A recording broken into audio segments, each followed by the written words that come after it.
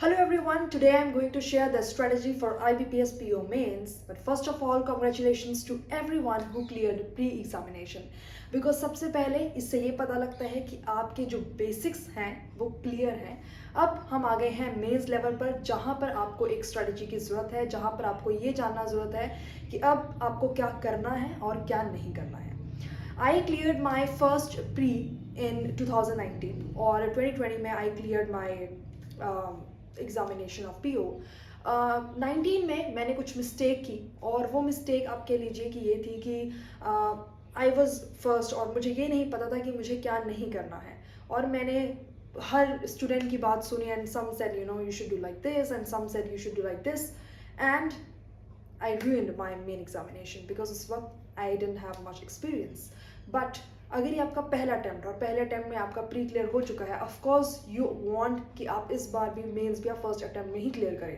तो इसके लिए सबसे बेस्ट है कि आपको ये पता होना चाहिए कि आपने क्या करना है और क्या नहीं करना है. नाउ मैं सबसे पहले स्टार्ट करूँगी उस चीज़ से कि क्या नहीं करना है, जो मैंने गलतियाँ की and I don't want you to do it because I want you to clear your examination. So सबसे पहले मुझे सभी ने कहा focus on current affairs, focus on current affairs. Current affairs ही आपको एग्जाम पास कराएंगे, करंट अफेयर्स के बिना एग्जाम पास नहीं होगा and all that stuff. Now current affair is important but another important thing is balancing everything else too. आप सिर्फ current affairs पर फोकस नहीं कर सकते. आपके पास 18 दिन है. दैट मीन्स 18 दिन में ऐसा नहीं कि आप पहली बार ही सभी करंट अफेयर्स पढ़ रहे होंगे, आपने कुछ पहले भी रिविजन की होगी. सो 18 दिन में आप रिवाइज करेंगे, सभी करंट अफेयर्स को पढ़ेंगे, बट आप सारा का सारा अपना जो टाइम है सिर्फ करंट अफेयर्स को नहीं देंगे. You have to give time to maths, reasoning and English as well. And of course जहाँ पर हमारा लेटर राइटिंग आ जाता है और आपका टाइपिंग एग्जाम आ जाएगा. So that means everything is not focused on current affairs. अगर आप करंट अफेयर्स कर भी लेंगे, आपने सारे करंट अफेयर्स अटेम्प्ट कर भी लिए, लेकिन अगर आप दूसरे एग्जाम्स में 1 या 2 नंबर से भी रह गए, that means you are failed. Doesn't matter you are failed by 1 or 2 marks, right. So even if you are getting good marks in current affairs but कहीं ना कहीं आप मैथ्स रीजनिंग में 1 या 2 नंबर से भी रह गए, you are fail. That something which happen with me in IBPS clerk. और मैं 1 नंबर से पास नहीं हो पाई and my teacher said doesn't matter if you are failed by 1 or 2 marks, you are fail. सो अब मैं फेल की ही category में हूँ, राइट. आप जितना मर्जी अच्छा कर जाएं. सो इससे बेटर तो ये है कि हम उन चीज़ों को समझें कि हम कहाँ गलती कर रहे हैं. तो सबसे बेस्ट यही है कि आप हर चीज़ को बैलेंस करके चलिए, अपना टाइम मैनेजमेंट बनाइए और टाइम मैनेज करके उसमें मैथ्स, इंग्लिश, रीजनिंग सभी को ही आप पूरा पूरा टाइम दीजिए.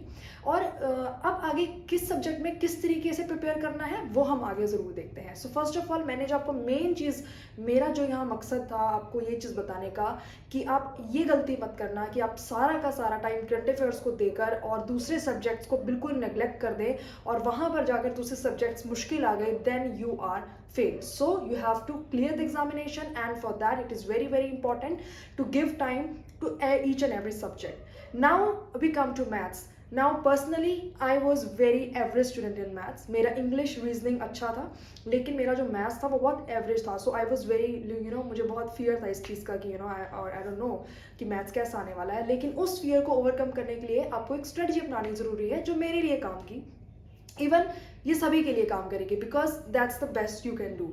DI DI में आपके पास 2 क्वेश्चंस आएंगे DI के और बेसिक्स आप क्लियर कर चुके हैं. और DI में क्या है कि अगर आपने एक बार आपको क्वेश्चन पढ़ा और आपने वो चीज़ें की, आपको आगे कैसे अटेम्प्ट करना है. लेकिन उसके लिए आप DI की सबसे ज़्यादा प्रैक्टिस कीजिए और प्रैक्टिस करने के साथ साथ अरिथमेटिक पर आपका अच्छा you need to be strong in arithmetic, क्योंकि कहीं ना कहीं जो आपकी DI है वो अरिथमेटिक पर ही बेस होगी. और अगर आपका अरिथमेटिक अच्छा रहेगा, कॉन्सेप्ट्स क्लियर रहेंगे, तो आपका DI इजीली आप निकाल पाएंगे. बाकी जो उसमें फिर छोटे छोटे क्वेश्चंस हैं जो आप इजीली निकाल सकते हैं, आप जल्दी सॉल्व कर सकते हैं, आप हमेशा उसी पर ही ध्यान देंगे. जितना आपको टाइम मिला है उस टाइम में DI पर ज़्यादा टाइम दीजिए ताकि अगर आपके वो क्वेश्चन एक्यूरेट हैं और सही हैं, you have cleared the math section. और फिर हम आ जाते हैं रीजनिंग पर. रीजनिंग में the most important thing is puzzles. आप पजल्स को छोड़ नहीं सकते. When I clear my examination I got message from one student and he said I can't solve puzzles. Is there any other alternative कि मैं बिना puzzles के mains examination clear कर लूँ.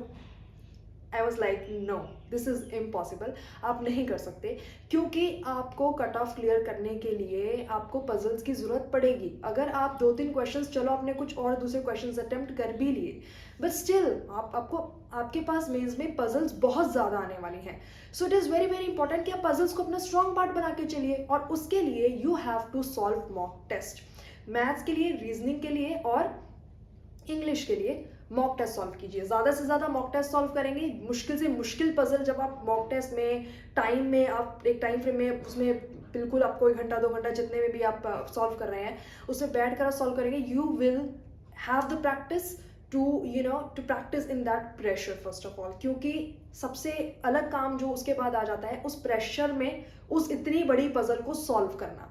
तो पहले ही आप उसको प्रैक्टिस करना शुरू कर दीजिए, वो प्रेशर में भी आप सॉल्व करना स्टार्ट कर देंगे, बड़ी पजल्स को सॉल्व करना स्टार्ट कर देंगे, तो जब आप मेंस एग्जामिनेशन में बैठेंगे it will be something which is you will be use to in that thing. आपको ये नहीं लगेगा कि आप बिल्कुल मेंस में पहली बार बैठ रहे हो, बहुत ज़्यादा प्रेशर आ रहा है, because that happens with every student. So सबसे इंपॉर्टेंट चीज़ जो मैं यहाँ पे बताने की कोशिश कर रही हूँ कि आपको रीजनिंग की जो पजल्स हैं उसकी बहुत अच्छे से प्रैक्टिस करनी है। जितनी भी बड़ी, आपको पता है काफ़ी बड़ी बड़ी पजल्स आती हैं उसमें, और इतनी बड़ी पजल्स आती हैं, व्हाट हैपेंस इज आप पहला पैराग्राफ जाते हैं, 3rd पैराग्राफ तक आप पूरा ऊपर वाला भूल जाते हैं। तो इस पजल्स को किस तरीके से सॉल्व करना है, ये चीज़ें आप अपनी अच्छी से प्रैक्टिस कर लीजिए, क्योंकि आप पजल्स के बिना नहीं छोड़ सकते। दूसरी चीज़ एक और, which while solving the question I used to face that issue, लेकिन मैंने इसको ओवरकम किया।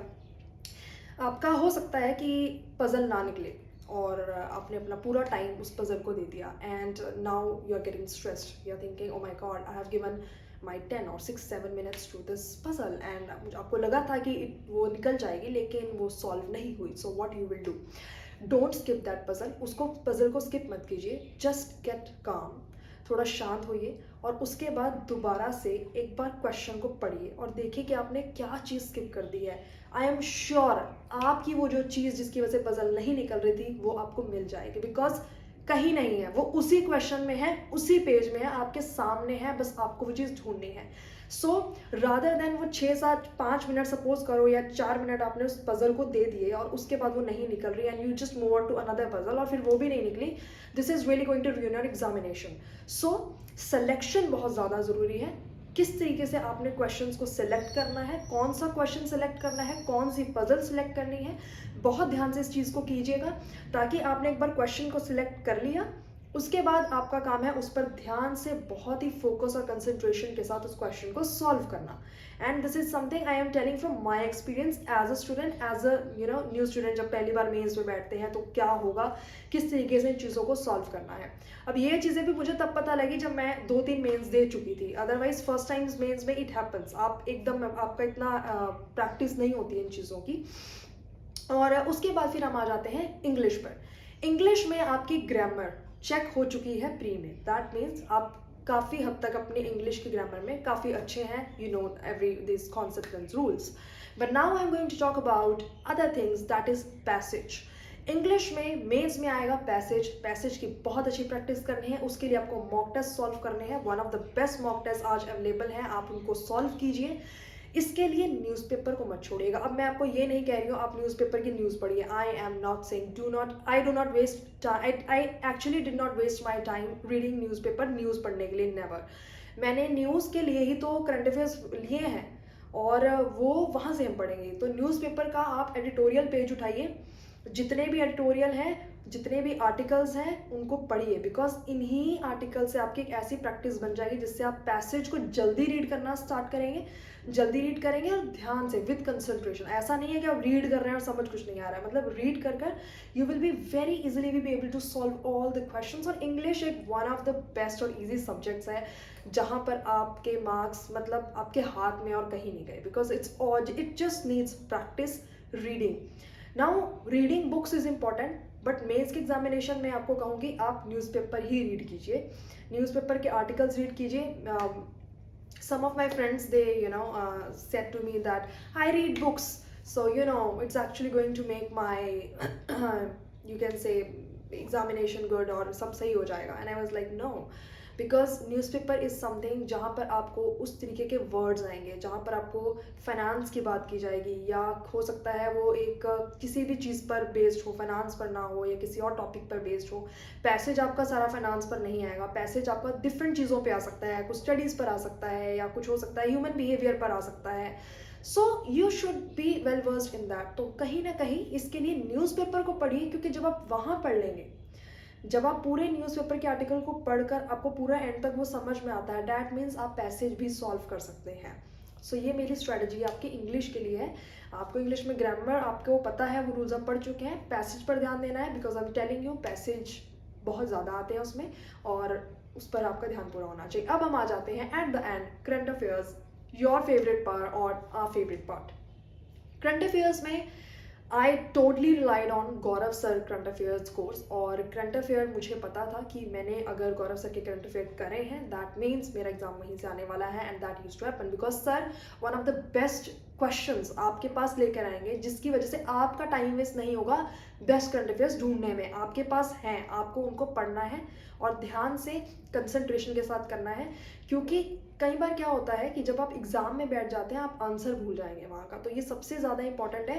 पीडीएफ पढ़ने के ना बजाय मैं यही कहूँगी कि जो सर अपनी वॉइस में वीडियोस में बना रहे हैं आप उसी चीज़ को पढ़िए, because when you listen to voice it is really helpful in the examination. जब आप आवाज़ को सुनते हैं तो कई बार अगर आपको नहीं याद आ रहा है कि उसका आंसर क्या था, कई बार वो आवाज़ आपको याद दिला देती है। This is something I have this happen with me, and it's really helpful because हमेशा जो वॉइस है it can be really really helpful. तो आप वीडियोज़ को पढ़िए, सुनिए, गौरव सर के करंट अफेयर्स को कीजिए और हर चीज़ को बैलेंस बनाकर चलिए।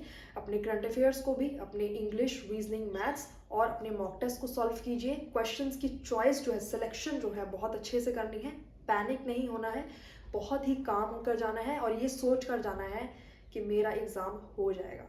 सोच कर जाना है, हो जाएगा, लेकिन होगा तभी जब आप इन सब चीज़ों को और अपनी स्ट्रेटजी के हिसाब से चलेंगे। So first of all congratulations जो क्लियर कर चुके हैं, and now it's the second step, and all the best for your PU mains examination.